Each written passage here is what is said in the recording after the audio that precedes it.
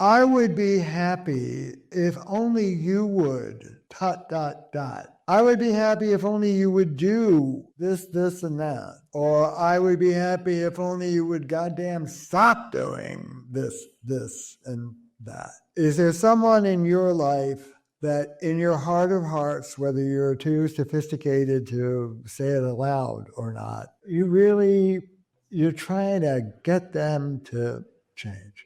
Big boat. My heart goes out to you.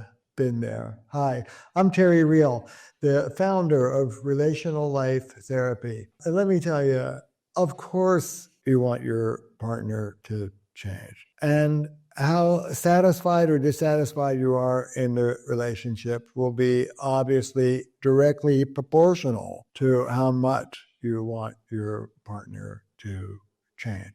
And it's okay to want things to be different in your relationship. I'm going to talk with you about how to go about doing that. On the other hand, it's a slippery slope. I got really bad news for you. No one gets anyone to do anything. Sorry, you cannot control another human being. You can put your foot down. You can even make an ultimatum. And ultimatums are appropriate for extreme circumstances, either an emergency, get that kid away from the fire, or a bottom line, cheat on me again and we're done. You need to go to rehab and sober up, or I'm not going to be here. But even in the most extreme circumstance where somebody's got a bottom line kind of, the other partner will say, well, I won't be controlled by you. But you know what? I always say they're not controlling you. They're not telling you what you have to do. You can keep drinking if you want. You can cheat on your partner again if you want. They're telling you what they're going to do if you do what you do. Same thing with kids. I have a whole course on relational parenting, and we begin by saying you can't control your children. You can control the environment around the child. You can say it's always if then. If you do this, this will happen to you. These are the negative consequences or positive rewards that you can control. But tell a kid you're not going to do this and sit back and watch what happens. Same thing with a partner. Here's the difficult news. Ready? Drum roll.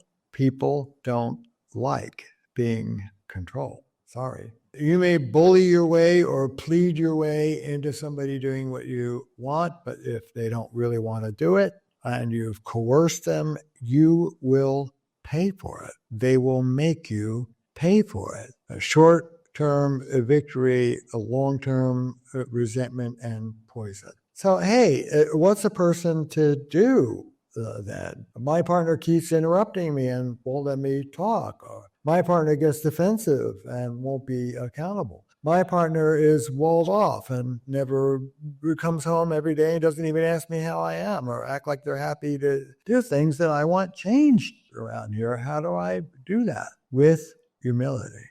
And man, that is tough for a lot of us.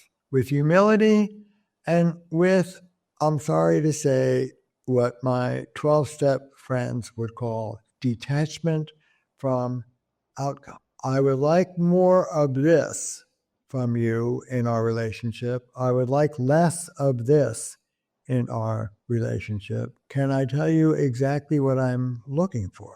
And then listen to this. Is there something I could say or do that would help you deliver that for me? We're a team. What do you need? Boy, who sounds like that in this culture? You are on a seesaw. Your partner's on the other end of the seesaw. Can you get that son of a gun to get down or up? You cannot. No matter how much manipulation or coercion or sheer dominance you want to exert, no.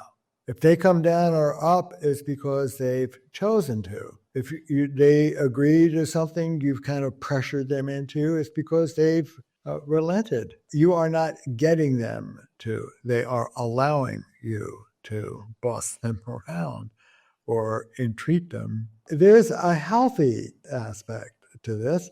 It's healthy to negotiate. It's healthy to want to please your partner, but not coercion and not desperation. Here are some tips. You may not directly control what your partner does on their end of the seesaw, but you may be able to change the seesaw by changing your behavior on your side, right?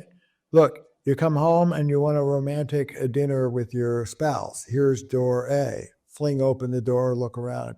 Christ, it's filthy in here. What have you been doing all day? Okay, here's door B.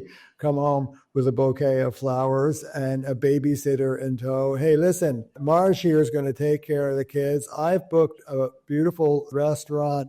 Change into something sexy. I've got a car waiting. Pick us up in 15 minutes. I've arranged everything. Let's have a special night. But which of those two doors do you think has more likelihood of getting you a romantic evening? Well, how dumb are you exactly? When we think about quote unquote changing our partners, we're all essentialists. They are essentially who they are. We have nothing to do about it. Well, wrong. This is the great wisdom. We do have something to do about it, not by getting them to change, but by changing how we are with them. You can't get them up or down on their side of the seesaw, but you may be able to change the interaction, the seesaw, by changing how you are. Honey, I would like to hear you. Could you please speak less sort of screaming at me and so I could actually hear what you're saying? Versus, don't talk to me like that. Who do you think you are? Two ways of saying the same thing. The art is A, be subjective. This is what I see. This is what I would like. This is not what you need to do because I'm the expert on how you need to be. These are Terry operating instructions. 2, be humble. As a favor to me, would you be willing to? I know you love me. You want to please me. This could work better. 3, be positive, not negative.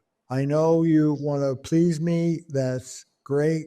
What you're doing is really lovely. It would go even better if you versus you suck.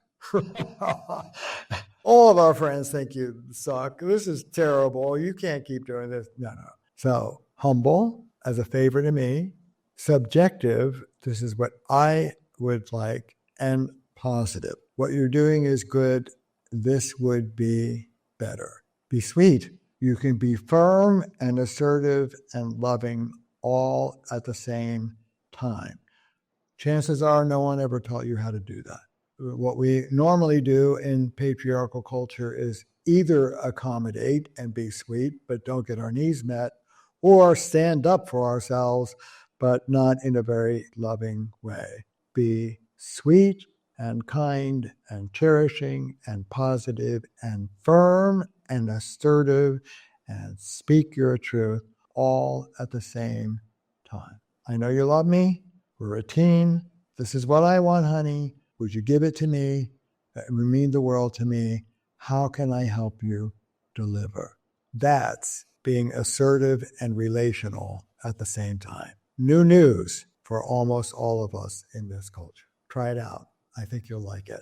If you like this advice, there's plenty more of it. Stay tuned to this YouTube channel. You can even subscribe by hitting the button below for more hard-won sage wisdom about how to get this very difficult thing called sustaining love, something that you're not just surviving, but actually pretty good at. Take care.